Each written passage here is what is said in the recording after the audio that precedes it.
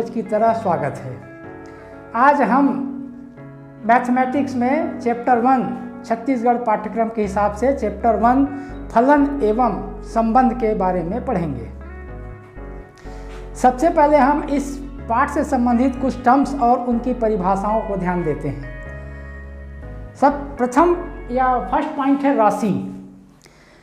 राशि उन सभी वस्तुओं या पदार्थों को अपन राशि कह सकते हैं जिसमें बीजगणितीय ऑपरेशन को हम इम्प्लीमेंट कर सकें, जैसे दो वस्तुओं को जोड़ना, दो वस्तुओं की संख्याओं का डिफरेंस वगैरह।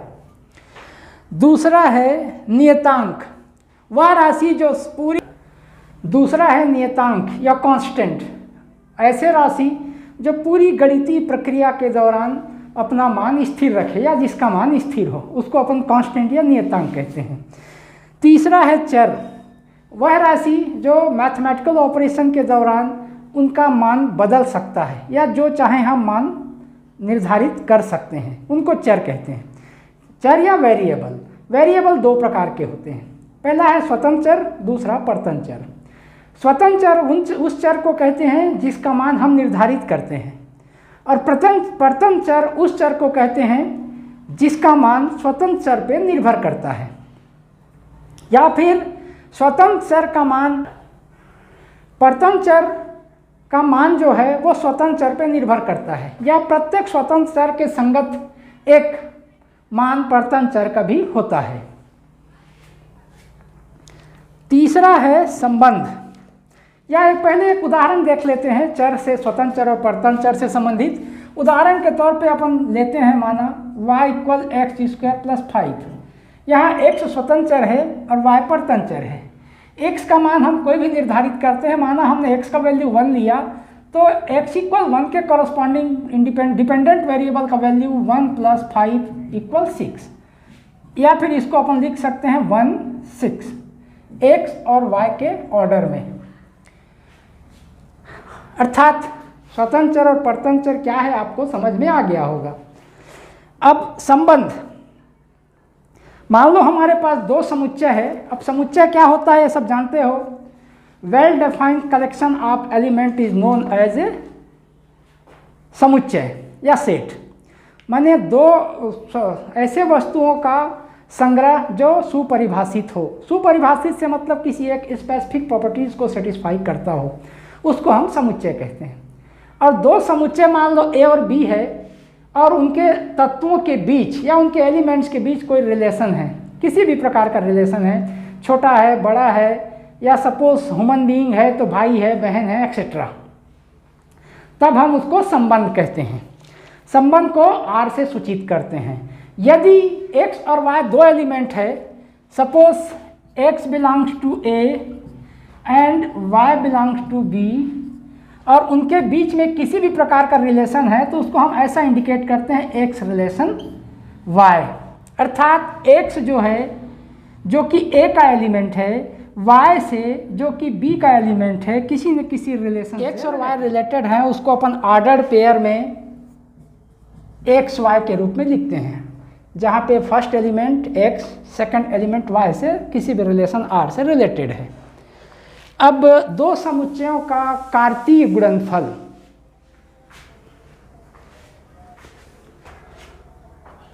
मान लो दो समुच्चय जिसमें पहला a = xy और b = ab है, दोनों अरिक्त समुच्चय हैं, तो इनका कार्तीय गुणनफल या a क्रॉस b को अपन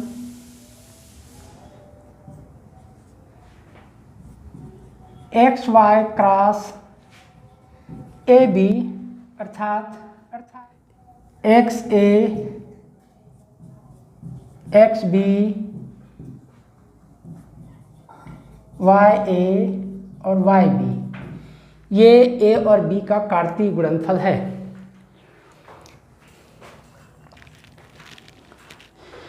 अब है संबंध।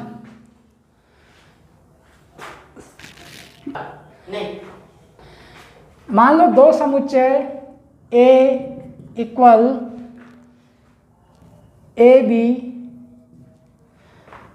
तथा B इक्वल CD है और A और B के एलिमेंट्स किसी न किसी रिलेशन R से रिलेटेड हैं, या ऐसा कह सकते हैं कि A का प्रत्येक अवयव B के एक या अधिक अवयव से किसी न किसी प्रकार से संबंधित है,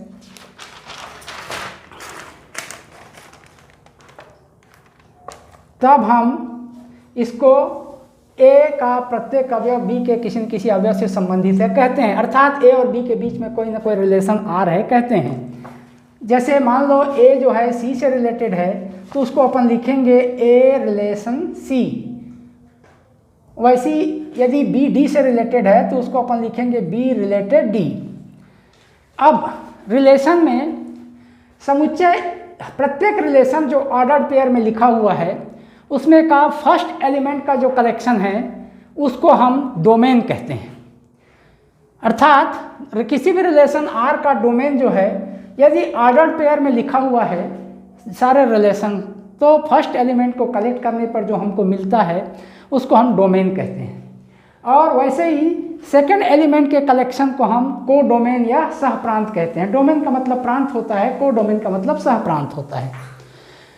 और यदि हम परिसर की बात करें अर्थात रेंज की बात करें, तो यदि एक B से रिलेटेड है, एक एलिमेंट्स B के एलिमेंट से रिलेटेड हैं, तो B के ऐसे सारे एलिमेंट का कलेक्शन जो A के किसी न किसी एलिमेंट से रिलेटेड है, उसको यदि हम अलग इकट्ठा कर लें तो जो नया हमको सेट मिलता है उसको हम परिसर कहते हैं। मगर रिलेशन में को डोमेन अर्थात सह प्रांत और परिसर दोनों सेम होते हैं। अब प्रतिबिंब, यदि A C से रिलेटेड है तो C को A का प्रतिबिंब कहते हैं।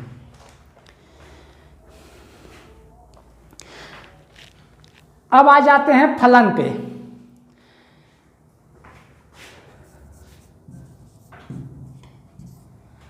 फलन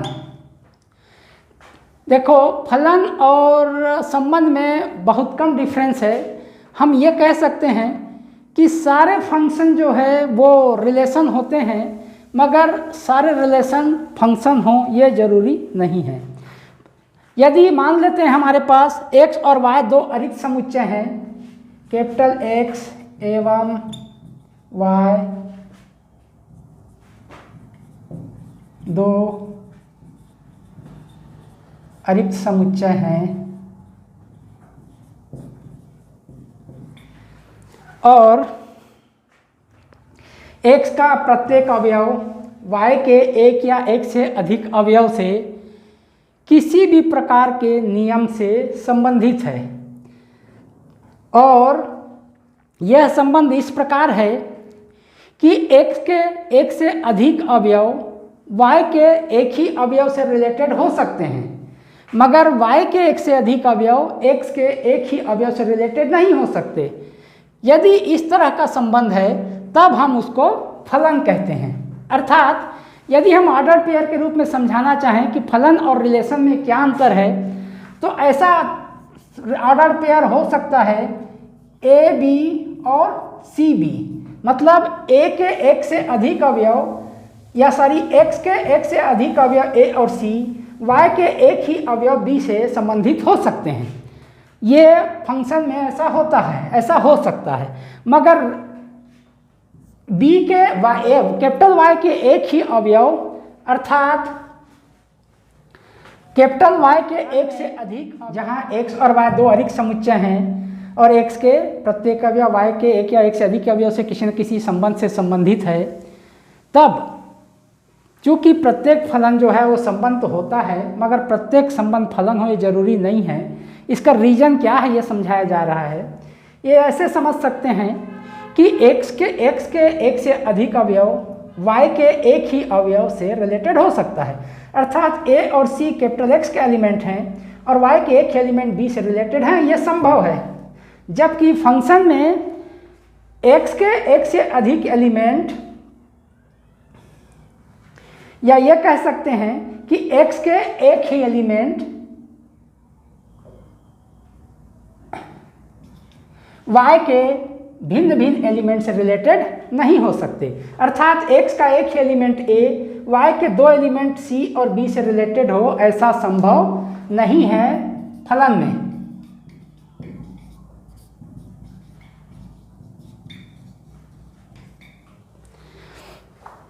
यही फलन और रिलेशन के बीच में मूल अंतर है।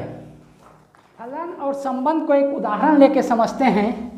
मान लेते हैं हमारे पास एक समुच्चय x इक्वल 1 2 3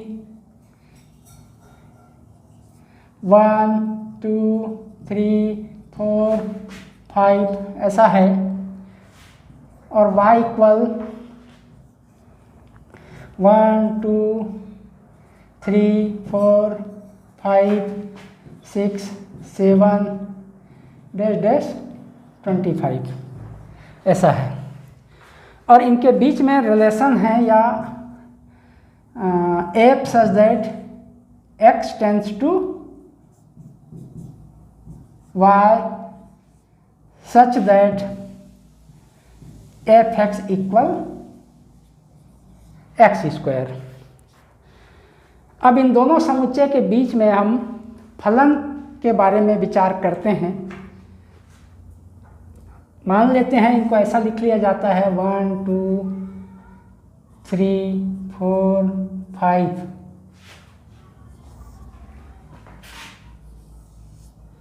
ये x है और ये y है। 1 2 3 4 5 6 डैश डैश डैश 25 तक।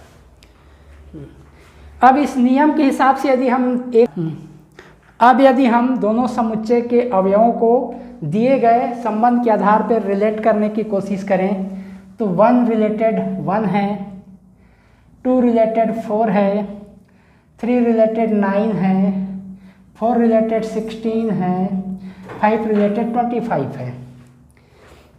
यहाँ पे आप स्पष्ट रूप से देख सकते हैं कि x का कैपिटल X का एक एलिमेंट y के सिर्फ एक ही एलिमेंट से, यूनिक एलिमेंट से रिलेटेड है, मगर y के कोई भी दो एलिमेंट या y के बहुत से एलिमेंट ऐसे हैं जो x के किसी भी एलिमेंट से रिलेटेड नहीं हैं।